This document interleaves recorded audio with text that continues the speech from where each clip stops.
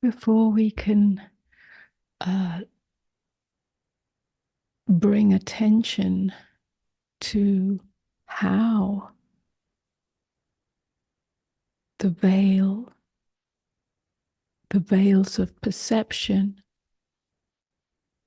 that obscure true nature can be undone, it's valuable to look at how they get done, the mechanism. Once we understand the mechanism, then we can start to see it playing itself out, operating within our own consciousness. Without this understanding, then it's obscured. So let's take a little look at how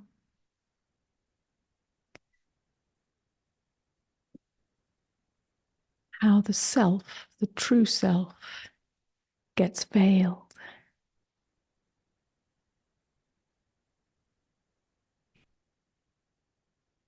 We could simply call this conditioning, but that's a blanket statement that doesn't really help us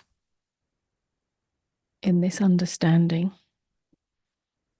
When we say conditioning, that usually brings a sense of, well, I need to do something to fix my past, to fix my wounding, to fix my family history or my inherited history, my ancestral history, and so on and so on. And this is not valuable in this case.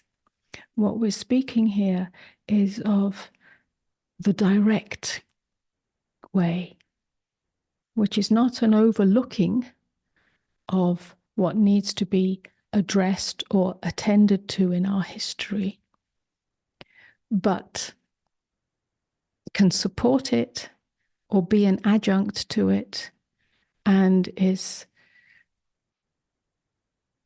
perhaps for those who have done a lot of work on their past, on their history, on their story and so on, but are still, there's something missing, seeking true freedom.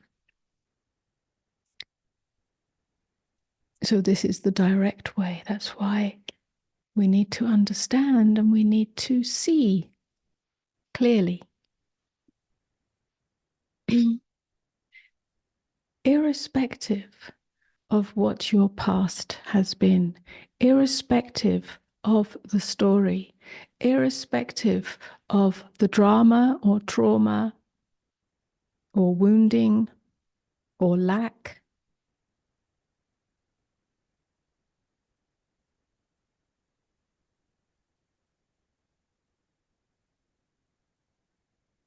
if we understand that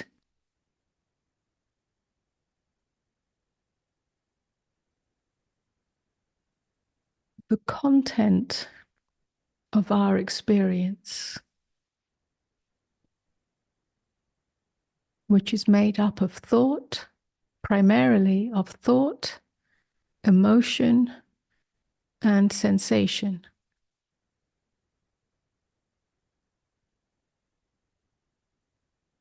which we could also call perception. All content, as human beings, we have sensory organs, the obvious outer senses, and the more subtle inner senses, and that's how we experience life. So that's the content of our experience.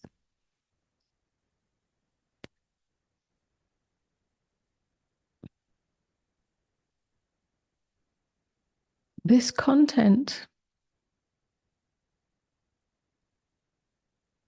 is not something that we need to get rid of. We can't get rid of it as long as we're alive. It's the stuff of life, the experience of living a life, being alive. But the entrancement with that content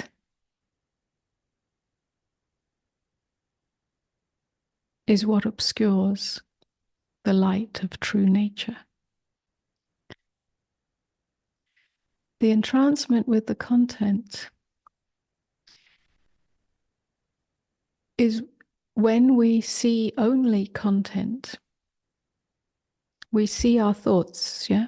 We think our thoughts, we're aware of our thoughts, and we're entranced by those. We believe those thoughts to be reality. We believe those thoughts to be who I am. I have this thought or I have that thought. I have a positive thought, I have a negative thought.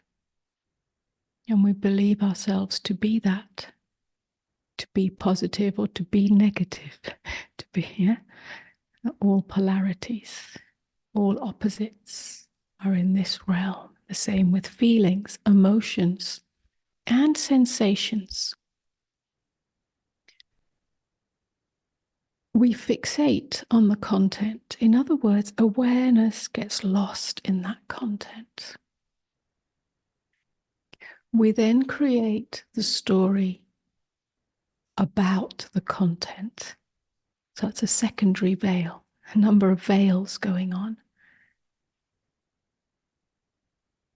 Yeah. We have a story, a narrative about that content. I don't like feeling this emotion. I do like feeling this emotion or sensation, or yeah, I do like, yeah, whatever we're seeing. We're constantly labeling and categorizing our experience. We have another veil that forms after that, which is a strong opinion or a strong preference. Yeah, preference becomes opinion, becomes standpoint, the position we take when it gets more and more veiled, and you believe yourself to be that.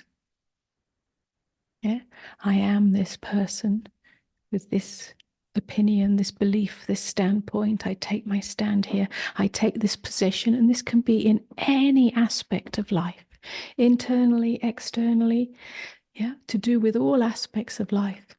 These are the veils that form, that obscure the clarity, the transparency, the nakedness, and the purity of pure perception, which simply is as it is. And then beyond that is simply the fact of awareness. And it's that awareness, the fact of awareness, that is the light of beingness that shines through. But for most people, it doesn't shine through, or it sometimes shines through.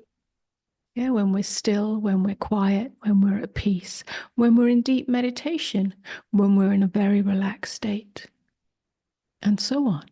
Then that light, which is simply open space, naked, transparent, and has the quality of deep stillness, deep silence, peace, spaciousness,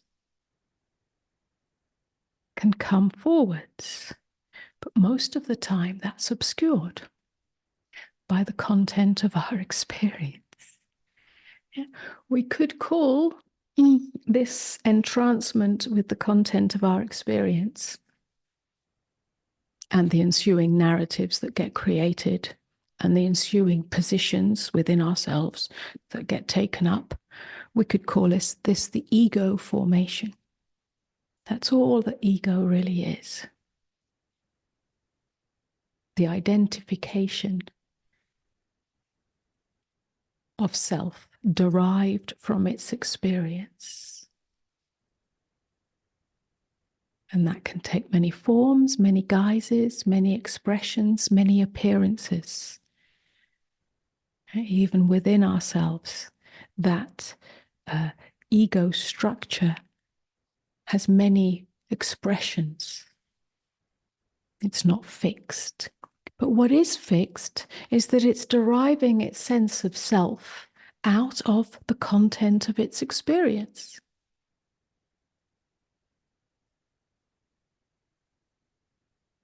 And that creates this sense of being a separate self. Yeah? And eventually that sense of being a separate self becomes a limitation, becomes a kind of prison. And we yearn to break free from that because we're either tortured by those veils, we're tortured by the content of our experience, we're tortured by the identification derived from that content, especially if it's about being not good enough, not worthy enough, not successful enough, not whatever. Yeah, some sense of lack or pain or suffering or, yeah. So we're either tortured by it or we're caught up in the upholding of it, yeah, which can again take many forms. I am a spiritual person. I am a good person. I am a successful person. And we're constantly trying to uphold that, yeah. And both of these sides of the continuum, the polarity, become a prison, the prison of the separate self, the limitation of the separate self. And then we yearn to break free. We yearn to know what freedom is.